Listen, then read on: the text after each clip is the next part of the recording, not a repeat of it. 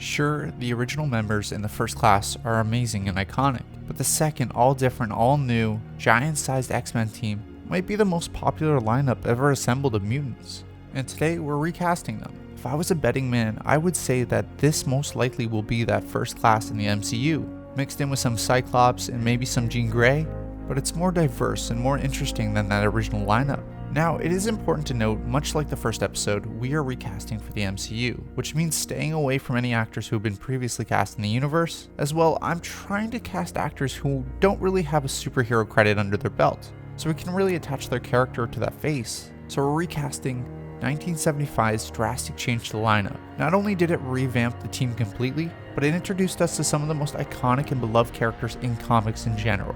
Giant-sized X-Men didn't stick to any formula, rather it brought more diversity and characters from all walks of life. Professor X actually recruits them to save the original members, and he actually taught them all English via his telepathic powers. Now this team was formed, but it actually didn't take long for members to start leaving, and one died pretty much instantly. Therefore, I'm going to focus on the bigger characters that are more likely to take to the silver screen along our original team that we've already cast. So today we're talking about the giant-sized X-Men.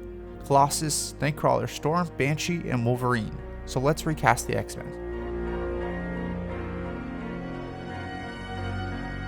First up, we have an interesting one, because if Disney recasts the X-Men but keeps Deadpool intact, it's difficult, because Colossus actually appears in Deadpool in a very different way. He appears as a fully CGI character in all moments on screen, and to be honest, that kind of bothered me, specifically this scene. Colossus shouldn't just sit around in his metal form when eating breakfast. It's just not right for the character. Now, the reason that they did this and went with a fully CGI model is because they don't have one singular actor portraying the character. It's motion captured by one actor, there's a different actor on set, and voiced by another. There is no non-metal version of Colossus that appears. And in my eyes, that just doesn't work for the characters. I know it kind of breaks the rules if they're keeping Deadpool intact for the universe, but I really want to cast an actor who can play both sides of the character, metal and non. Now, Colossus is a character who proudly comes from Russia. He boasts an accent and has a demeanor that matches.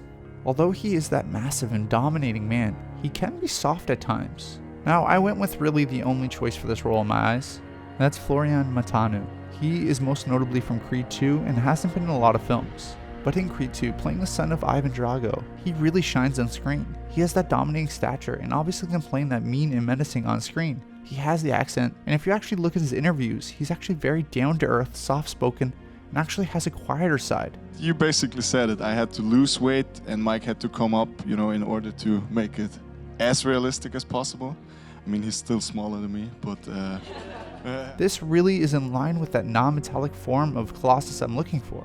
I think he could translate Colossus very well on screen and show us a version of the character that's not only comic book accurate, but it actually has an actor behind it. So Florian Matanu as Colossus. Next up we have Storm. Much like Colossus in the original films, she wasn't given a lot of screen time to make a large impact on the movies. Halle Berry does an okay job in my opinion, but what she was given never really makes that lasting impression. It's also important to note that we can have Storm already be previously established in the universe before she comes to X-Men. Her and Black Panther have a deep history which could be included in Black Panther 2 before we see her in that X-Men costume.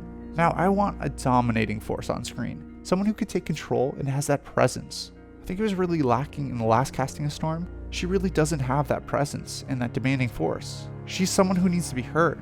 Although she is originally from Kenya, it's important that she fits in Wakanda as well. I want someone who can really pull off that African queen presence that Storm requires. That's why I went with Jodie Turner-Smith.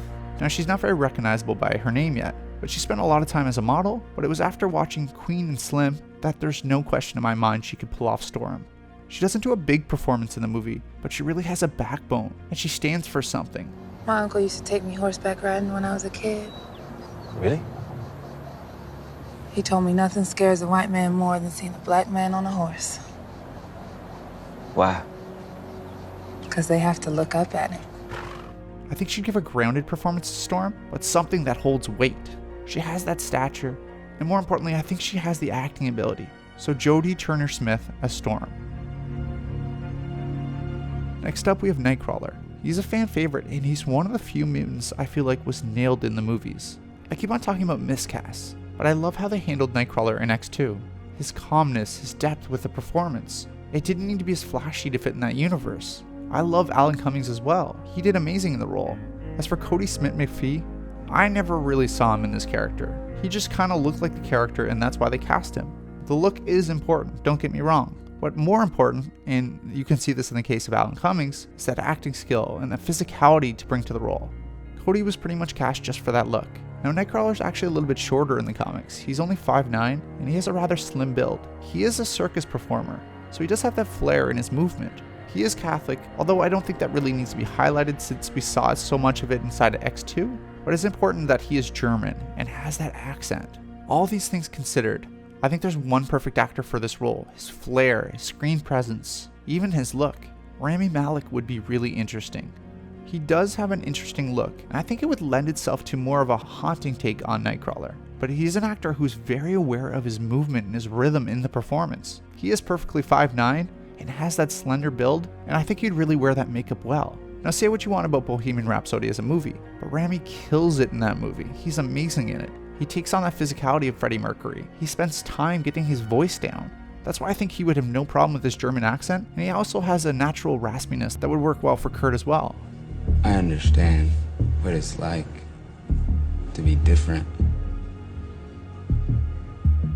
I'm very different too. He'd pay attention to every aspect of this role, and I think it'd be incredible to see him on screen. So Rami Malek as Nightcrawler. Next up we have Banshee. Now I actually really enjoy his inclusion in First Class, and although he gets somewhat sidelined, I like the portrayal.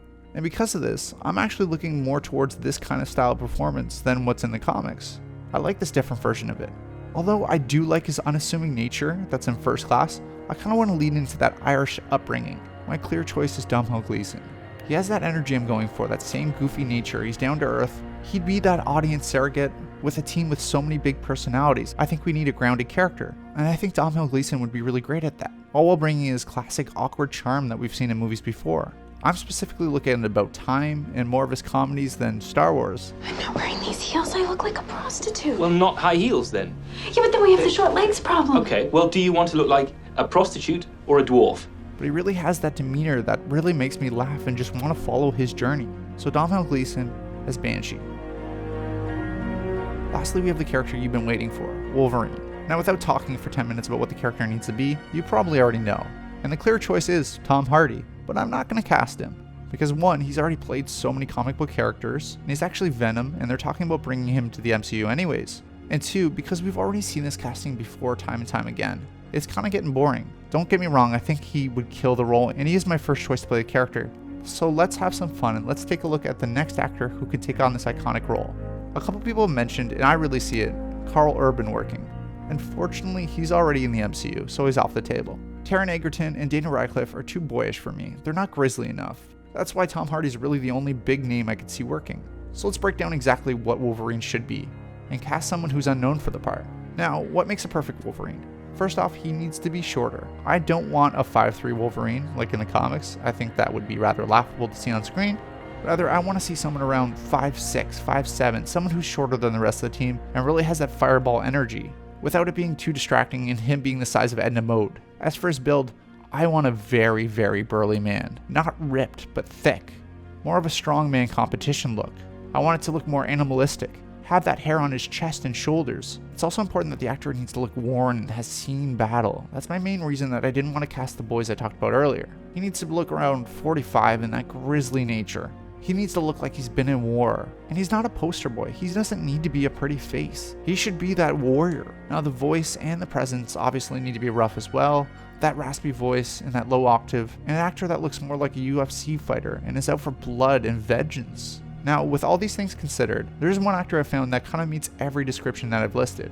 The only question mark is I really want to hear that voice, which we do see glimmers of, but I want to see the physical nature of him in Wolverine's skin. That man is Milo Gibson. Now, if Wolverine was cast 20 years prior, Mel Gibson probably would have been the perfect choice. So it seems right we're looking at his son for a choice at the iconic role. I mean, look at him. He looks like Wolverine cosplay already. He looks straight from the comics in my opinion. He's on the shorter side, he stands at 5'7", which I think would work perfectly, and has that raspy voice. You should have told me you're running a secondary op. He would need to amplify it a bit to bring it up to that Logan range, but I could definitely see it working. Now, I have watched all of his movies. He has limited screen time in movies like Hacksaw Ridge, Now I think a large majority of these roles don't give him much to work with. I want to see him in something more demanding. All the Devil's Men is what I'd recommend watching if you want to see why he might be considered as Wolverine. You see little bits of Wolverine peeking throughout that film. Most people, they don't realize the level of violence that we're capable of. I want to slit the throats of 4 Afghans. It's my nature. But much like casting unknowns, it's really a guessing game until you get him into that audition room, and unfortunately we can't do that. Now if you ask me right now which is better, him or Hardy, of course it's Hardy. He's a sure bet, and I would take him over Gibson just because I've seen him in similar performances before. I would love to see an audition for Milo Gibson so we can really see what he'd do in the role and see him fully transformed into Logan. So Milo Gibson as Wolverine. So there are the all new, all different X-Men. Let me know what you thought of my picks and let me know who you'd cast in the role. I always find it interesting. So next we're going to be doing the 1980s recruits, meaning Shadowcat, Rogue, Psylocke, and a couple more. Keep a lookout for that, and as always, thank you so much for watching. And thank you to my patrons Adam Gray, Jeremy Jacobs, Jenny Edwards, Gamer Shauner, Gunnar Legland, Colleen West, Marco Perry, Roland, Aidan McShane, Shalon Hudson, Kieran Hunt, Joris Conan, Brendan Warner, Sweevy, Alex Tao, Derek B. Bell, Jacob Wolf, Alexander Gardulo, Lisa Hewer, Rachel Kilker, and James Rogers. Thank you so much for your support, guys, and I'll see you in the next video.